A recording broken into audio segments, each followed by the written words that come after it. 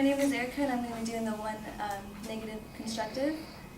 So the affirmative is saying that we need to strike Syria in order to punish them for their chemical weapons, and by doing so, we'll send a message to Iran about their nuclear weapons. However, striking is the last thing we should do. Turn to contention 1, subpoint A, where they say we can't afford to live in a world in which nations can use chemical weapons.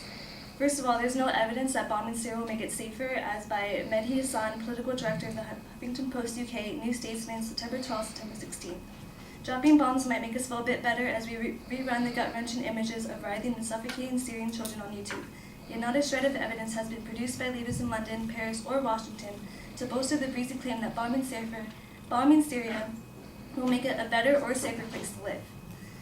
Turn to contention 1, subpoint B, where they say if we allow Syria's use of chemical weapons, leaders can do whatever they like. However, in their quote, they say within their own borders, which is exactly what it is. It's within Syria's borders and a civil war. Quoted here saying, negotiating a solution is possible by Mehdi Hassan, political director of the Huffington Post UK, New Statesman, September 12, September 16. Negotiating a solution with Assad is impossible, said David Aaron Ovich in the Times on September 5th. However, history suggests otherwise.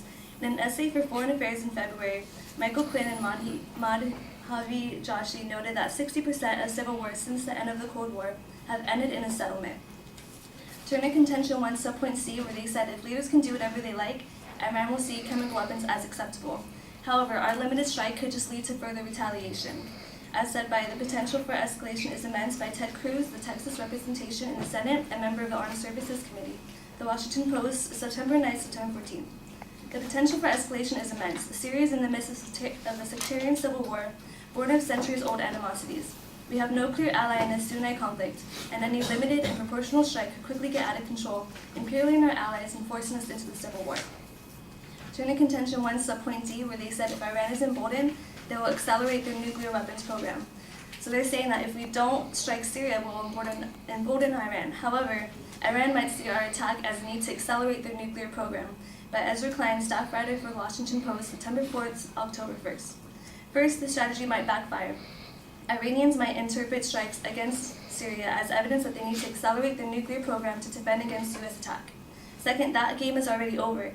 Even if Obama manages to obtain congressional authorization for a Syria strike, Iran has already witnessed just how war-weary the American public is, even for a limited fight against a weak enemy with little chance of U.S. casualties. Finally, Iran's leaders understand that if the U.S. doesn't act to stop their weapons program, Israel might, and when push comes to shove, the U.S. will back Israel. Turning contention 1, subpoint E, where they say if Iran accelerates their nuclear weapons program, Iran will chokehold the world and trigger nuclear weapons in the Middle East. However, just by striking Syria, we can provoke them and get them ready to use their weapons and defend Syria. Iran's strategic weapons are aimed at Israel by Khalifa Muftah, who used to serve as Syria's Assistant Information Minister, The Times of Israel, August 26, October 1st. We have strategic weapons and we're capable of responding. Normally, the strategic weapons are aimed at Israel.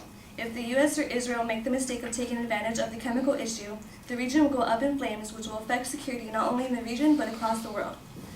In contention 2, they said their plan is to stop this all from happening. Turn to contention 2, subpoint A, where they say the plan will change Assad's calculus about using chemical weapons. However, how do we know it'll change his calculus in our benefit? Here's saying intervention in Syria will only lead to further use of chemical weapons by Fareed Zakaria, editor for Newsweek International and editor of Large of Time Magazine, May 13, September 16. Would U.S. intervention, no-fly zones, arms, aid to opposition forces make things better? It depends on what one means by better. It would certainly intensify the civil war. It would also make the regime of Assad more desperate.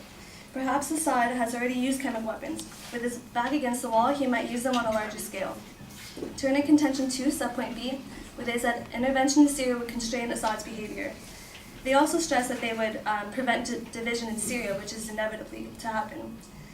However, civil wars are particularly resistant to outside solution, by Doug Bando, Senior Fellowship at the Cato Institute, Huffington Post, September 9, September 16. Civil wars are particularly resistant to outside solution.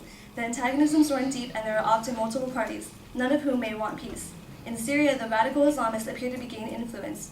It is not obvious, however, how the same government officials who have made such a mess as so many other countries would fix Syria.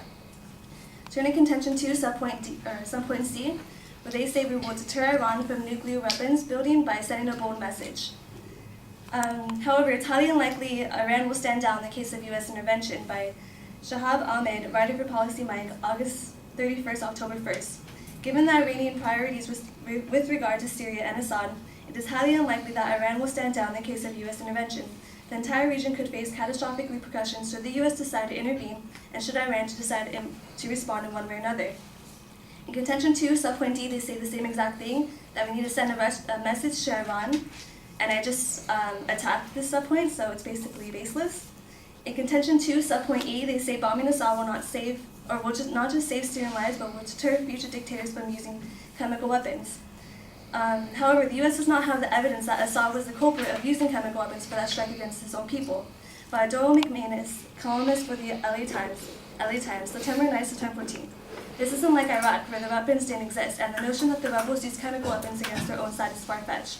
But the administration needs to present more evidence publicly that this attack came from the government side. If there's any doubt about who did this, the answer has to be no. And I'll stand open for cross-examination.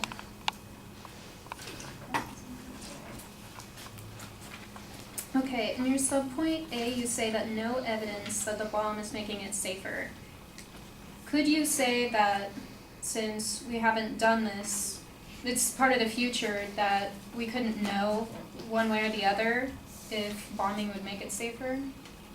You could say that, but you can also say right now how we're not bombing it is also making it safer.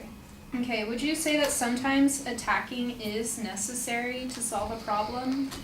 I mean, like, soldiers of war, they have to give their lives, and they're ready to do that. Would you say that it's sometimes necessary to use force to help out? I believe it's sometimes necessary, however, we're not already in this war, and that's what the subject is about, getting into this war, and I believe that we should not even start that debate. But sometimes attacking is necessary to prove a point. It is necessary, but Okay. we've already proved our point. So, also in subpoint B, you say that 60% ended in settlement. Would you concede that perhaps this is part of the 40%, which did not? There's also a possibility that we're part of the 40% where we need to go in and attack. It's a lot of the possibilities, however, it's a big risk that we're putting ourselves into. Okay.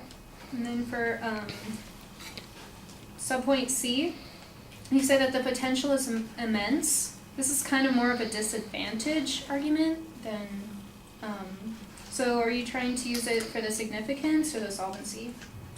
I'm using this for the significance because it's significant to us that there's a lot that can happen to us, and how in subpoint C for contention 1 for you guys, you said that it should be an easy solution to say that we can just bomb them to show them that it's unacceptable.